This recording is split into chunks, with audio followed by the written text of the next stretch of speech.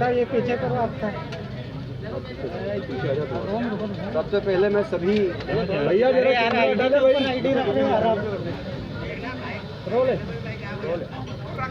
सबसे पहले आपके माध्यम से शहरवासी, प्रदेशवासी और देशवासियों को दीपावली की बहुत बहुत शुभकामनाएं देता हूँ।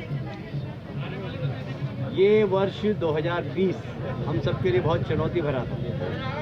कोविड ने सारी अर्थव्यवस्था चौपट की, पर उसके बाद भी मैं देख रहा हूँ, मैं खुद दुकान चला रहा हूँ, लोगों के त्यौहार मनाने में उत्साह में कोई कमी नहीं है। भले ही क्रय शक्ति कम हुई हो, पर लोग बहुत उत्साह के साथ त्यौहार मना रहे हैं और मैं लोगों के उत्साह की प्रशंसा करता हूँ, उनकी धार्मिक परंपरा के निर्वहन की प्रशंसा करता हूँ और जो हमारी सांस्कृतिक धार्मिक परंपरा है उसके लिए विपरीत परिस्थिति में भी लोग कितने उत्साह से हमारा त्यौहार मना रहे हैं, ये हम सब के लिए बहुत प्रेरणादायी है। एक बार फिर से मैं सबको दीपावली की शुभकामनाएं देता हूँ। आप यहाँ जो दुकान पे आते हैं, विरासत है आपकी, ये क्या रिजल्ट रहा? हर साल आप एक बार आते हैं? नहीं, हम धनतेरस, धूप 14 और दीपावली तीनों दिन की पूजा यहीं पर करते हैं।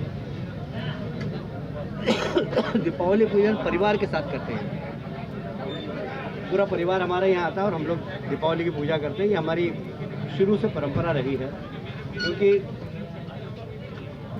ये जो हमारी माता जी, इनको दुकान माता कहती है।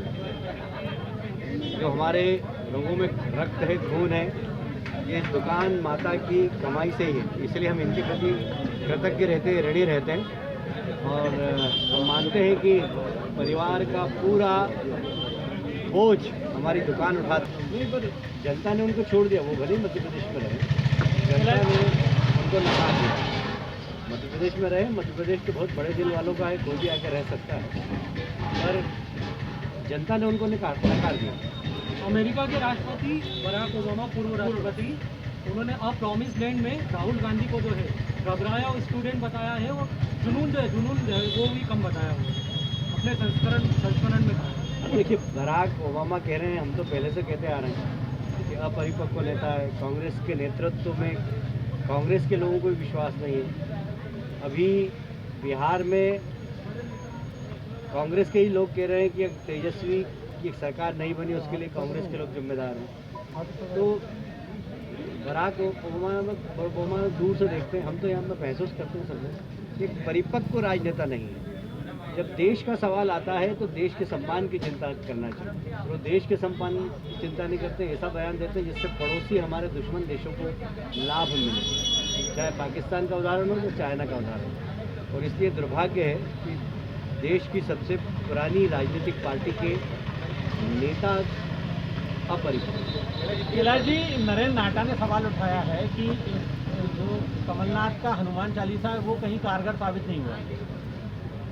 हनुमान चालीसा पढ़ना और हनुमान जी की पूजा करने का नाटक करना, दोनों में अंतर है। जी, कंप्यूटर बाबा जिस कार्रवाई लगातार हो रही है और जेल में भी बंदे, कल गिरफ्तारी फिर से हो गई, मुकदमे में नया मुकदमा कायम हुआ, कैसा आप देखते हैं? धर्म के नाम पे जो चल रहा था। मैं इसके ऊपर ज़्यादा टिप्पणी नहीं करूँगा, क्योंकि मेरी धर्म गुरुओं के प्रति आस्था रहती है, पर कभी कभी अतिरेक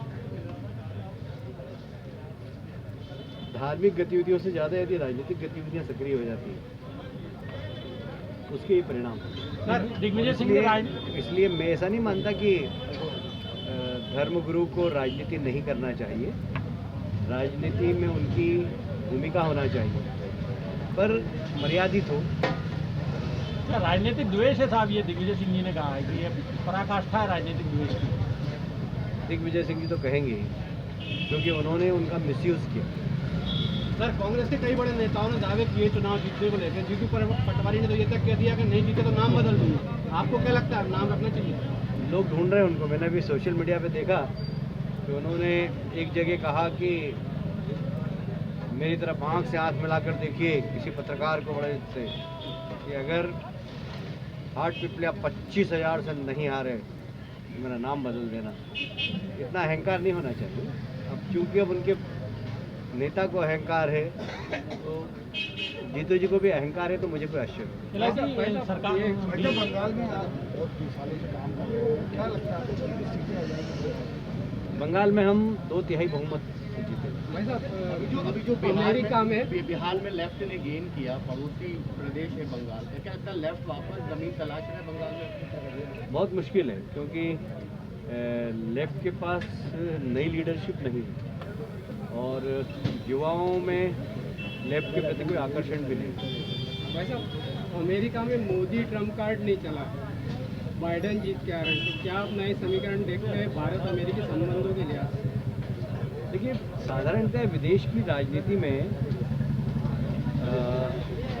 अपने देश के नेता का जो भूमिका रहती है वो सिर्फ एक इतनी ही रहती है कि वो हमारे दोस्त हैं।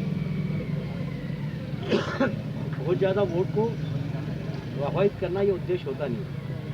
अब ये तो ठीक है, आप मीडिया के लोग हैं, प्यार मोहब्बत में आपने खूब कहा कि मोदी और ट्रम्प की दोस्ती, पर भारतीय मूल की महिला वो दूसरे सामने वाली पार्टी से खड़ी हुई।